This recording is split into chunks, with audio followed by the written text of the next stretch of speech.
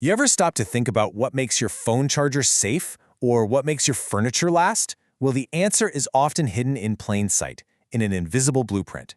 It's a set of rules we call European standards. Now, these standards don't just shape the stuff we use every day, they actually hold the key to building a more sustainable future. So let's pull back the curtain on this invisible world.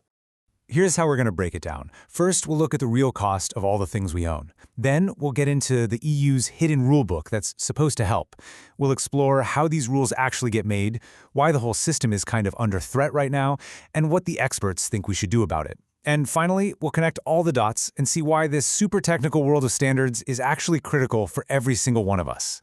All right, let's dive right in with the big problem. Our modern economy, the whole make it, use it, toss it model, is taking a massive toll on the planet. And on top of that, it's starting to face some really serious threats from climate change. To make this real, let's bring it down to earth. Just think about a simple object, like maybe the chair you're sitting in right now. Seems pretty harmless, right? But that chair, well, it's part of a much bigger, much more complicated story. So get this. A 2023 report from the European Environment Agency points to furniture as a perfect example of our waste problem. It takes a ton of raw materials to make a chair or a table, but we often get rid of them pretty quickly. This whole high-intensity, short-cycle thing is right at the heart of our sustainability challenge. And it gets even stickier. The EEA's 2024 climate risk assessment shows that the very resources we need for that chair are now under threat. We're talking extreme weather messing up supply chains, wildfires threatening forests, and way more pressure on essentials like wood and water. It's a pretty heavy picture, I know. But what if we could flip the script on this? What if that very same chair could go from being part of the problem to actually being part of the solution? Well, that's where this powerful and honestly often overlooked tool comes into play. And that brings us to the EU's invisible rulebook, the world of European standardization. This is the mechanism that's designed to steer our whole economy in a much greener, more resilient direction.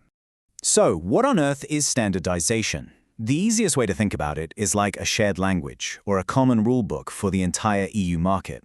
It was set up by a big EU law back in 2012, and it basically makes sure that products and services meet certain requirements, whether you're buying them in Lisbon or in Helsinki. And look, this isn't just about creating red tape for the fun of it, right? The whole purpose is to build trust in the market, to support European innovation, and, this is the big one, to use this rulebook to protect our health, our safety, and our environment. Okay, so we've got this powerful rulebook, but who actually writes the rules? How does a standard go from being just an idea to something that manufacturers have to follow? Let's demystify that process. It's not like these things just appear out of thin air. It's a pretty structured 6-step journey. It all kicks off when someone identifies a need. Maybe it's a new technology or a new safety risk. Then experts get together and start drafting the standard. But the really key part here is that it's not some closed-door meeting. There's a public consultation where anyone can give feedback before it's approved and rolled out. And these things aren't set in stone. They're always being updated. And it really is a team sport. You've got the European Commission setting the big picture strategy. Then you have these specialized organizations that do the nitty-gritty technical drafting. National bodies in each country help implement the rules. And, most importantly, you have stakeholders, from big industry to small businesses, providing that real-world expert advice to make sure these standards actually work. So it sounds like a pretty solid system, right? It's collaborative, it's transparent, it seems well-designed to tackle big challenges. But here's the twist. This absolutely crucial system is now facing a major threat, one that puts Europe's biggest green ambitions at risk. And before we get to the problem, you need to understand just how high the stakes are. A high-level forum of experts said just this year that standardization is absolutely essential for Europe's future. We're talking about technological leadership, competitiveness, the whole shebang. This isn't just a nice-to-have, it's fundamental. So here's the problem in a nutshell. The big goal is for the EU to lead the entire world in setting the rules for our green and digital future. But the reality on the ground? A serious lack of funding and a shortage of experts are holding everything back, slowing down progress and really limiting Europe's influence on the global stage. This high-level forum pointed to a few specific roadblocks. First, there's just not enough money. Second, there aren't enough skilled people. Then you have a bunch of red tape that makes it hard for people to even participate, especially if you're a small business. And all of this means that the best experts in Europe often can't even get a seat at the table where these critical global rules are being written. Okay, but it's not all doom and gloom. Recognizing there's a problem is always the first step. right? And these experts have laid out a really clear plan to fix it. So let's look at the solutions they've put on the table. Their recommendations are super direct and make a lot of sense. Basically, they're saying, hey, let's get smart about this. Let's make sure EU funding actually lines up with big goals like the green transition. Let's make standardization a core part of huge research programs. And critically, let's actually pay for our experts to participate and make it way easier for smaller businesses and countries to have their voices heard. And we know this kind of thing can work because, well, it's already happening in some places. Take Germany, for instance.